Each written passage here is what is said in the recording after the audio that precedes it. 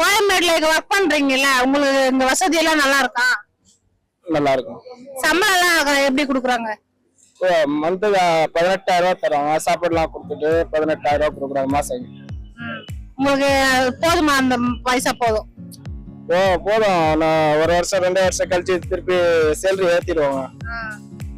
இங்க உங்களுக்கு ஏதாவது கஷ்டமா இருக்கா?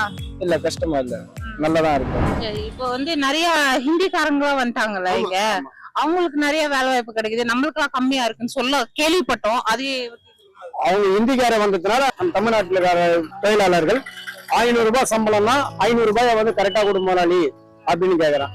அதே இந்திக்காரங்க வந்து அதை வந்து 350 ரூபாய்க்கு 400 ரூபாய்க்கு செய்யறாங்க அந்த வேலை. நாங்க இங்கே இருந்துக்குன்னு பொண்டாட்டி பிள்ளைங்களை படிக்க வைக்கணும், பொண்டாட்டி கொடுக்கணும், மற்ற நல்ல விஷயத்தை கெட்ட விஷயத்தெல்லாம் பார்க்கணும். அந்த 500 ரூபாயில 200 ரூபாய் சாப்பிட்டுட்டு 300 ரூபாய் மிச்சம் பண்ணா அந்த 300 ரூபாய் வச்சுன்னா அவனுக்கு என்ன பண்றானுங்க,